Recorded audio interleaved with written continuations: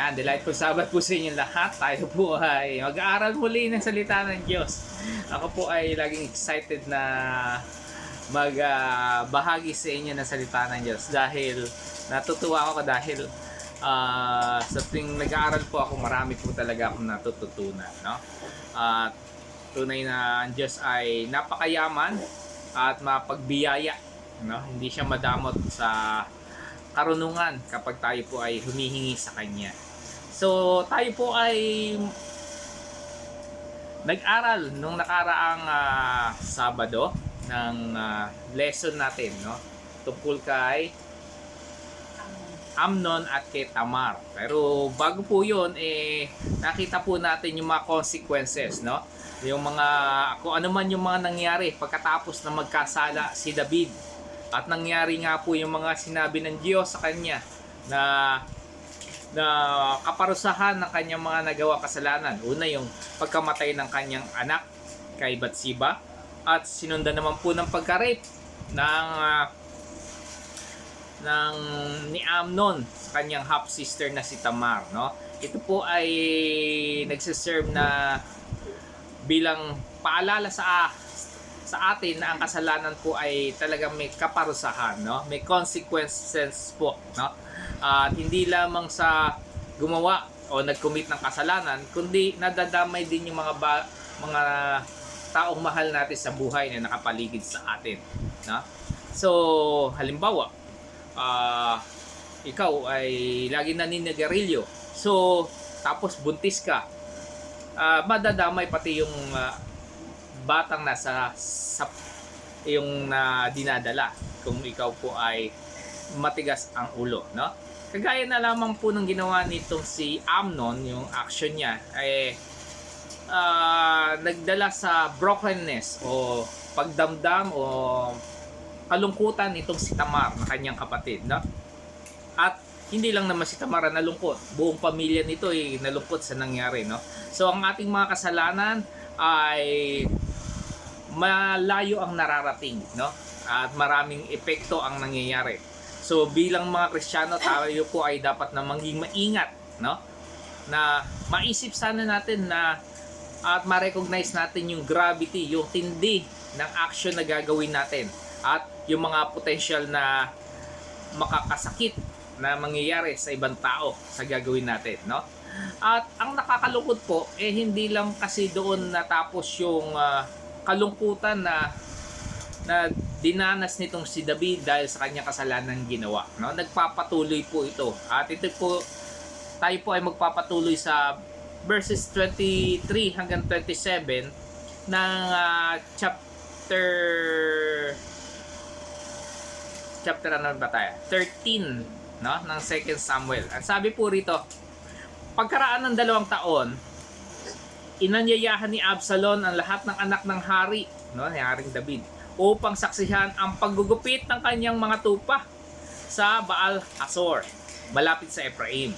Lumapit siya sa hari upang ipaalam ang bagay na ito, at tuloy anyayahan naman siya at ang kanyang mga pinuno. Sumagot si David, "Wag na anak," wika ng hari. "Maabala kang masyado kung dadalo kaming lahat." Pinilit siya ni Absalom, ngunit hindi rin pumayag. Binasbasan na lang ng hari.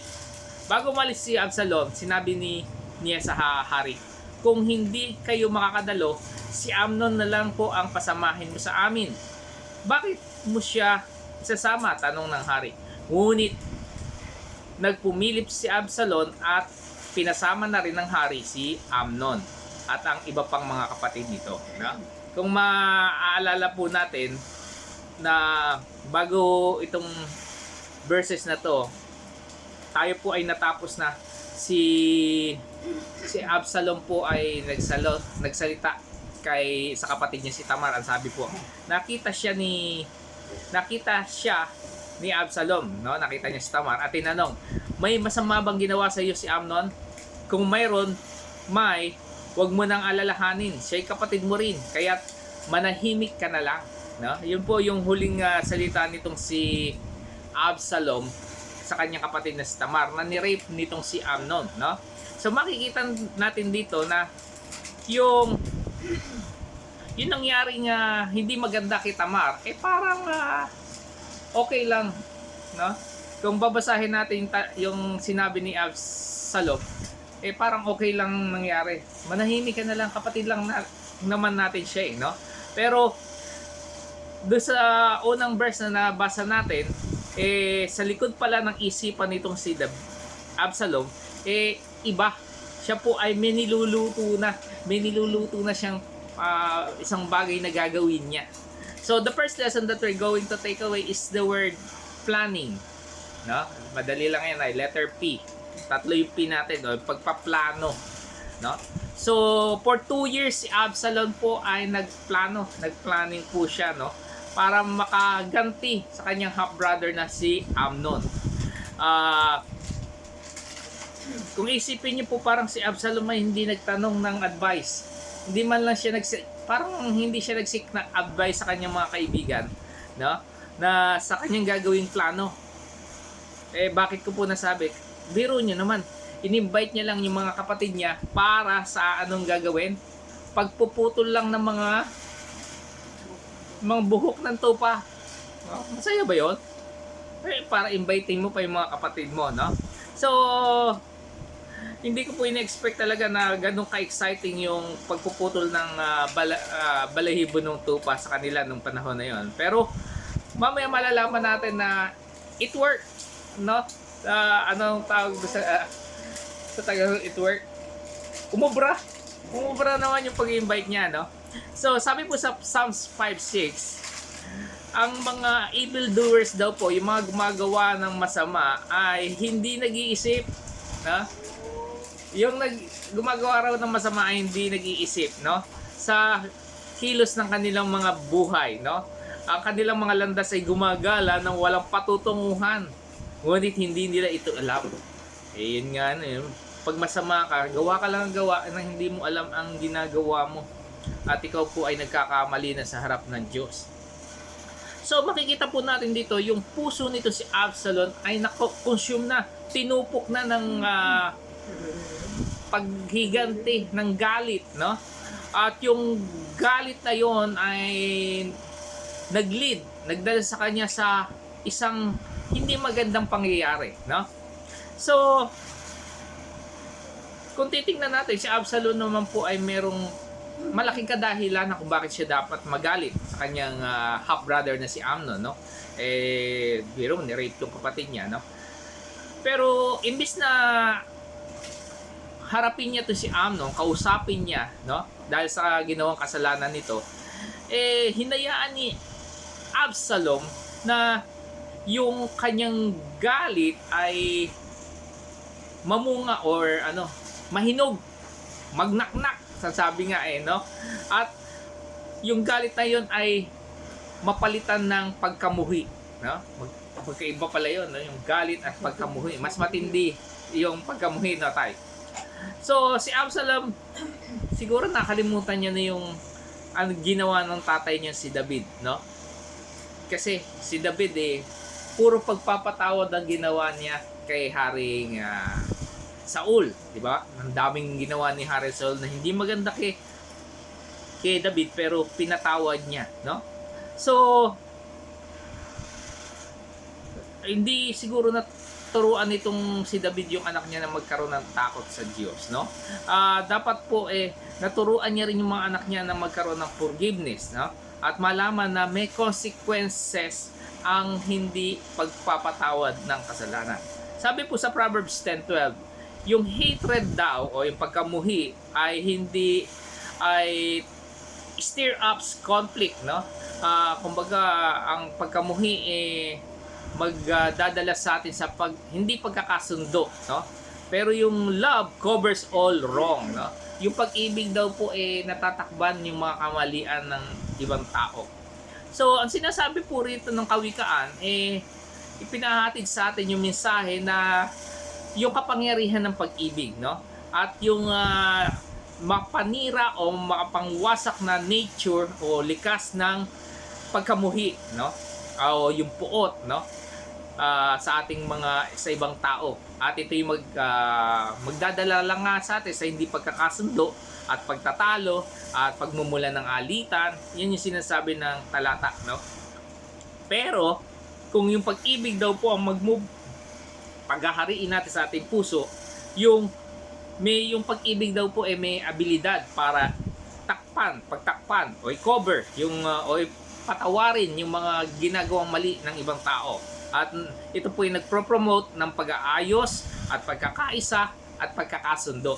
So napakaganda talaga kung pag-ibig ang ating pipiliin. At sana nga po yun ang ginawa ni itong si Absalom.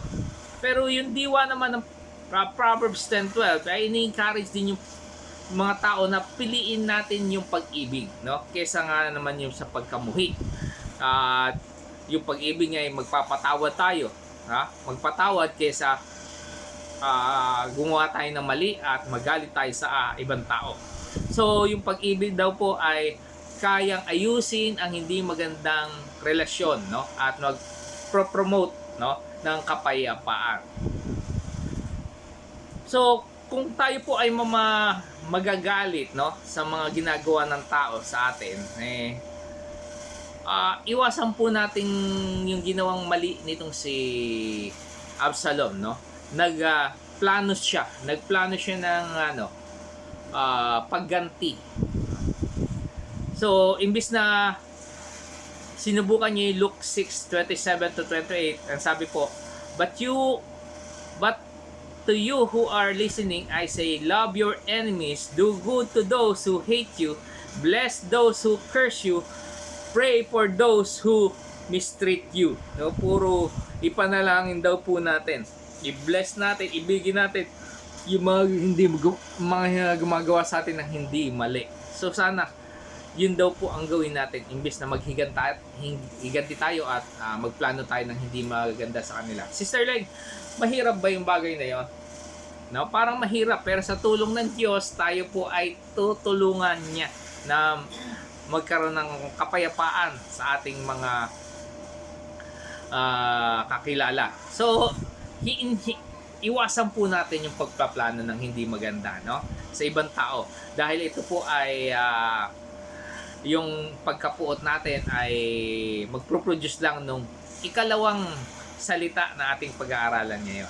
So, pagpatuloy po tayo sa 28 hanggang 33, sabi, inutusan ni Absalom ang kanyang alipin, no? Bantayan niyo si Amnon, at kapag lasing na, sesenyas ako at patayin niyo siya. Hindi kayo dapat matakot, ako mananagot nito. Lakasan niyo ang inyong loob at huwag kayong mag-atubili. Gayon nga ang ginawa ng mga alipin, pinatay nila si Amnon, kaya nagmadaling tumakas sa mga anak na lalaki ng hari, sakay ng kanilang mga donkey, no? Nasa daan pa lang sila may nagbalita na kay David na pinatay ni Absalom ang lahat ng anak niyang lalaki. Tama ba yan tayo? Lahat ba pinatay? Hindi, si Amnon lang, no? Kaya tumayo siya at pinunit niya ang kanyang kasuutan at naglupasay sa lupa. Pinunit din ng mga alipin niya ang kanilang mga damit. Ngunit si Jonadab yung kaibigan nitong si Amnon, no, yung nagsabing magkunwari ka may sakit, di ba? Ayan na, naalala niya. Ang pamangkin ni David ay lumapit sa hari. Sinabi niya, huwag po kayong mag-alala o huwag kayong mananiwala na patay na lahat ng inyong mga anak na lalaki. Si Amnon lang po ang pinatay niya, no?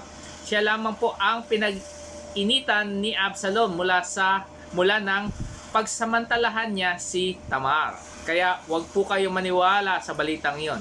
Talaga pong si Amnon lamang ang pinatay, no? So kagaya po ng sinabi ko, si Absalom po ay nagplano na parang hindi niya pinag-isipan yung kanyang plano, no? Parang hindi isipan yun ng isang prinsipe, no? Pero it worked, no? Nangyari, nagtagumpay siya. Na-convince niya yung lahat ng kanyang half-brothers na umaten, no? Makipagsaya sa pagpuputol ng balahibo ng kanyang mga tupa, no? At naisagawa niya yung 2 taon niyang pagplaplano, no? At ang ginawa ni Absalom, siningil niya si Absalom sa utang nito. No? So, sa second life lesson that we're going to take away is the word payment. Ano yung una, Nay? Planning. Pangalawa, payment o kabayaran. No? So, siguro alam na agad ni Absalom yung sinasabi ng Romans 6:21 na nasa 6:21, no, kahit hindi pa ito nasusulat kasi si Absalom nasa Old Testament, yung Romans nasa New Testament, pero parang alam niya na kasi sabi ng Romans 6:23, for the wages o yung payment of sin is death, no, ang kabayaran daw ng kasalanan ay kamatayan. Kaya ang ginawa nitong si Absalom, kinolekta niya yung kabayaran, no, ng kasalanan nito si Amnon sa kanyang kapatid na si Tamar. Ang ginawa niya, pinatay niya, no? So the wages of sin is death, no? Pinatay niya.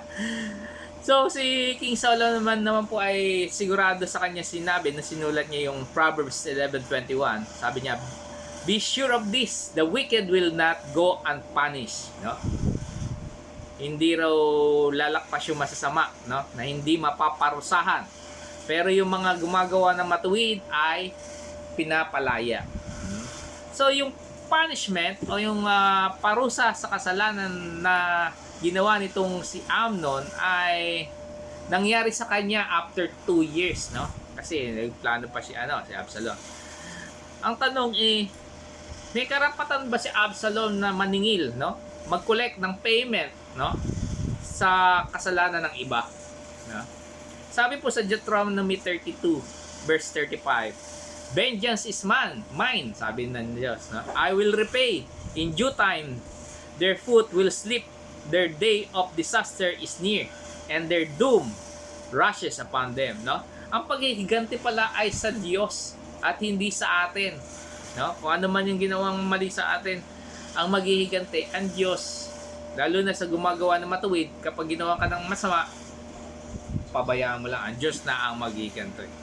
So kung kahit na makaranas tayo ng sakit o pagpapahiya, no, kagaya nung o pang-aaway sa atin kahit wala tayong ginagawa at kutsain tayo, no, hindi daw natin dapat ilagay yung batas sa ating mga kamay, no. Hindi dapat tayong gumanti. Sabi pa nga nung Romans 12:17, pinaalala sa atin na do not repay anyone evil for evil. Kung ginawa ka ng masama, huwag kang gagawa rin ng masama. Be careful to do what is right in the eyes of everyone, no? Mas mainam talagang gumawa ng tama kaysa gumanti tayo ng masama sa ibang tao.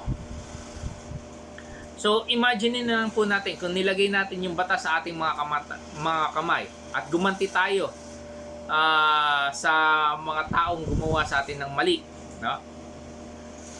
Nakapaghiganti nga tayo. Pagkatapos naman noon, yung Diyos, yung makapangyarihan Diyos, yung all-powerful God ang siyang gaganti naman sa atin. Sabi kasi, ang Diyos ang gaganti, no? Dahil sa kanyang pagganti, no? At ang pagganti ng Diyos, kagaya nung kasalanan ni David, ay tinawag nga natin intensified, pinatindi, no? Hindi lang may pinatay ka, may mamamatay ding isa sa anak mo. Hindi ganoon, no? Marami pang namatay sa anak nito si David, no? Intensified, pinatindi, no? Si Absalom po ay nasatisfy naman sa pagkamatay nung kapatid niyang si Amnon, no? Akala niya na napaghiganti niya na, no, yung ginawang masama ng kanyang kapatid ni Amnon, no, sa kanyang kapatid na si Tamar. Ang hindi niya alam, hinayaan niya naman ang Diyos ang gumanti sa kanya. Mas maganda ba yun, ay? Di ba? Mas matindi kaya ang Diyos, di ba? Tayong tao, pag ano magagawa natin sa tao, maliit na bagay lang yan sa kapangyarihan ng Diyos, no? Kaya lang, hindi natin, sabi nga hindi natin i-correct ang isang pagkakamali ng isa pang pagkakamali, di ba? So, yung pagplaplano ng masama ni Absalom ay nagdala sa kanya para patayin tong si Amnon, no? At itong bagay na to, yung pagplaplano at pagpapatay ay puro kasalanan, no? At alam naman natin ang kasalanan, no, ay hindi lalakpas sa harap ng Diyos. Tayo po ay mapaparusahan sa ginagawa natin. So ano yung dalawang P natin ay? Planning and payment, kabayaran, no? So ito na yung pangatlo natin, no? Tapusin na po natin sa 34 hanggang 39, sabi. Samantala si Absalom ay tumakas matapos ipapatay si Amnon. Ang bantay sa palasyo ay may natanaw na pulutong ng mga taong bumababa sa burol sa gawin ng Horonaim. Kaya't sinabi ni Jonadab sa hari, dumarating na po ang mga anak ninyo tulad ng sinabi ko sa inyo. Nag-uusap pa sila, dumating nga ang mga prinsipe at nag-iiyak. Umiyak na rin ang hari sa kanyang mga lingkod at kanyang mga lingkod. Mahabang panahon nagluksa ang hari dahil sa pagkamatay ni Amnon. Si Absalom naman ay nagtago kina Talmai, anak ng haring Amihud ng Gisur. Ang alam ko po yung mother nitong si Absalom, Tigaron, no? 3 taon siyang nagtago roon. Pagkalipas ng pagdadalamhati ng hari sa pagkamatay ni Amnon, nanabik siyang makita si Absalom, no? Kasi tagal, 3 years nga naman nagtago si Absalom. So, si Absalom po alam niya yung kanyang ginawa ay mali, no? At hindi mapapatawad dahil may pinatay siya, no? Ang pagpatay po kasi ay punishable by death, no? Ang pag pumatay ka, papatayin ka rin, no? So, ito si Absalom, pinili niyang mahiwalay sa kanyang pamilya kaysa siya ay mapatay, no? So, the third and last life lesson that we're going to take away is the word parting o paghihiwalay nga. May parting, paghiwalay. So, kapag tayo po ay nagkasala sa Diyos, no? O sa ibang tao man lang, magkakaroon ng parting. Mahihiwalay po tayo. Ay ganun po yung mangyayari. Mahihiwalay tayo. At sinasabi naman po ng kasulatan na paulit-ulit na sinasabi ng Diyos, no? Idinideclare ng Diyos na ang penalty, kabayaran ng kasalanan ay spiritual death, no? At ito po ay paghihiwalay ng tao sa Diyos, no?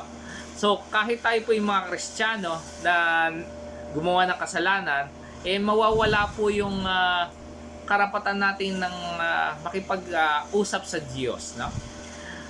Dahil ang sabi po sa Psalms 66:18, if I had cherished sin in my heart, kung meron akong tinatagong mga kasalanan sa aking puso, the Lord would not have listened. Hindi makikinig ang Diyos, no? So, ang mga panalangin natin ay hindi dinidinig, no? Kapag tayo po ay yumayakap sa ating mga kasalanan, no? Kung may ginagawa tayong kasalanan. Ang sabi pa sa Isaiah 59:1 and 2, surely the arms of the Lord is not too short to save, no? Totoo naman po 'yun, no? Hindi maikli ang kamay ng Diyos para iligtas tayo. O nor his ears too dull to hear. Ang tenga ng Diyos ay nakakarinig talaga, no? Pero sabi, but ang iyong iniquities o yung mga kasalanan nyo have separated you from your God.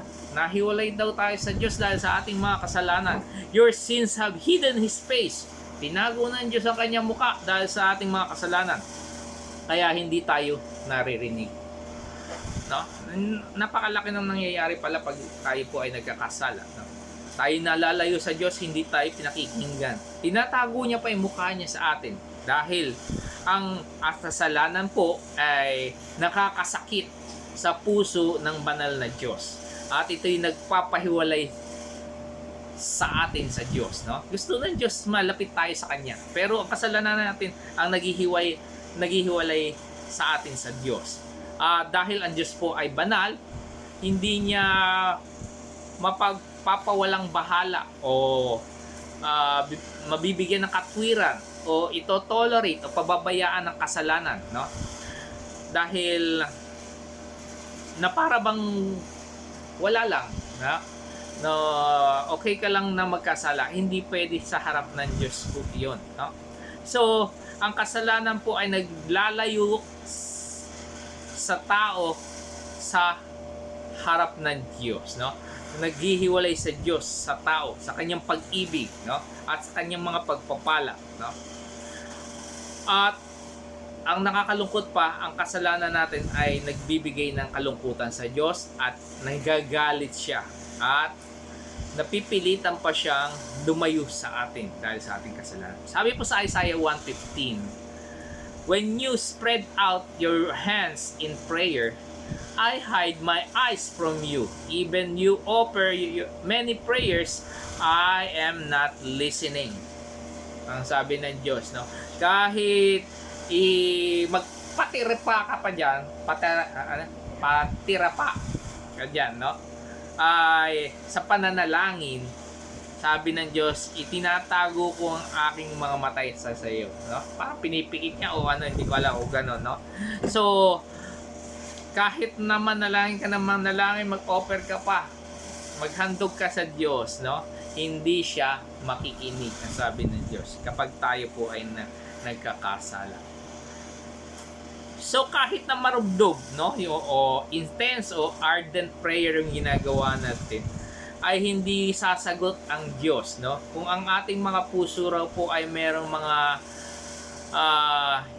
hindi pinagsisisihang mga kasalanan sa harap ng Diyos. At ang kahit tayo raw po ay magregalo, magsakripisyo, mag-alay, ay ito'y walang kahulugan sa Diyos, no? At dahil itong mga alay na ito ay nagmula sa mga korap o mga maruruming puso ng tao. So, ang gusto ng Diyos naman po ay mahalin naman talaga tayo, no? At ang gusto ng Diyos ay magtiwala tayo sa Kanya. Ang gusto ng Diyos ay sumunod tayo sa Kanya. At ang gusto ng Diyos, talikdan natin ang ating mga kasalanan. At pagkatapos noon, pag ginawa natin yon, ang Diyos po ay matutuwa sa atin, malulugod, at tayo po ay pakikinggan niya. Sabi po sa Proverbs 11:20, yung mga gumagawa ng kalikuan sa kanya ng puso ay kasuklam-suklam sa Panginoon. Pero yung mga gumagawa ng walang kapintasan sa kanilang mga buhay ay kanyang kasiyahan, no? Talaga namang ang Diyos ay nasusuklam kapag ang tao ay nagkasala, no?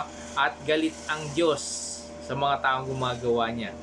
Kung tayo nga ay nagagalit sa tao, sa kapwa natin tao kapag gumagawa ng mali, how much more ang Diyos, no? Mahirap din naman po kasi maging blameless o walang kapintasan. Pero ang sabi po ng 1 John 1:9, kung ating i-confess, no, hihingi ng tawad ang ating mga kasalanan, ang Diyos naman po ay tapat at banal na magpapatawad sa atin at lilinisin tayo sa lahat ng ating pagkakasala. So, yun po ang paraan para tayo po ay maging blameless.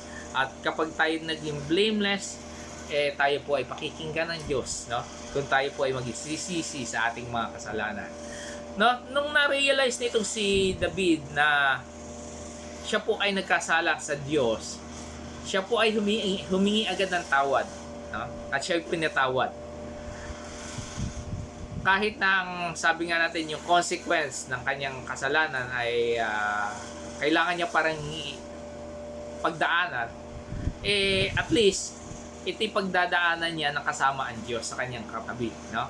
So mahirap din na dumaan ka sa punishment, sa kahirapan na nag-iisa. So I'm sure naman si David po ay tinuro niya sa mga anak niya na kailangan natin lumapit sa Diyos sa panalangin kapag tayo nagkakasala. Humingi ng kapatawaran sa ating pagkakasala. Dahil alam ni David at naranasan niya na ang Diyos ay nagpapatawad sa ating mga kasalanan.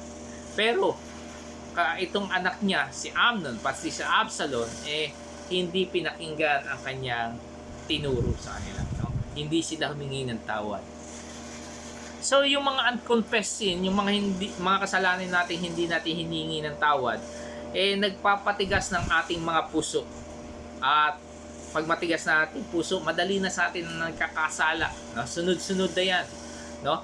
Paglaon yan, marami tayong ginagawang mali sa harap ng Diyos. Yung mga kasalanan natin, hindi natin hiningi ng tawad, ay nagiging na tayo, madamdamin na tayo sa mga kalooban ng Diyos, no? Hindi na natin gusto, inaayawan natin yung nais ng Diyos, at hindi na maganda rin. Yung hindi na natin napapansin na tayo gumagawa ng mali kapag hindi tayo humingi ng tawad sa Iyo. Habang tumatagal, ang Diyos po ay lumalayo sa atin. At habang tumatagal, lalong lumalayo ang Diyos, hanggang sa pag malayo-malayo na ang Diyos, makakalimutan mo na siya. Makakalimutan mo na siyang lapitan, at hindi mo na matatagpuan ang Diyos, at makakalimutan mo na ang Diyos. So, the last part ng verse 39 na sabi, nanabik si David, no, na makita si Absalom. No, naalala ko po yung parable of the prodigal son, no? Kung saan yung anak po doon ay bumalik sa kanyang tatay, at yung tatay naman po ay naghihintay sa kanya, no? At pinaganda pa nga siya ng piging. So si David po, na-miss niya yung kanyang anak na si Absalom, no? Kagaya ni David, ang Diyos din po ay naghihintay ng pagbabalik ng kanyang anak, no? Kailangan magsisi ang kanyang mga anak sa kanilang mga ginawang kasalanan. Ang Diyos po ay napakabuti, no? At very much willing. Gustong-gusto niya tayong yakapin, gusto niya tayong lapitan, gusto niya tayong pagpalain. Excited na excited siya. Kaya lang hindi niya magawa dahil may kasalanan ang ating mga puso. Ang kailangan lang natin ay humingi ng tawad, no? At siya naman po ay naghihintay sa ating pagbabalik. So ang dalangin ko po sa hapon na ito na tayo po ay magkaroon ng malambot na puso. Huwag natin titigisan ng ating puso kapag tayo po ay nagkasala. Humingi tayo ng tawad sa Kanya, at isipin natin ang pag-ibig sa ating mga kapwa upang maging karapat-dapat tayo at kalugod-lugod sa harap ng Diyos. Yun po ang ating pag-aaral. Delightful Sabbath po sa inyo lahat.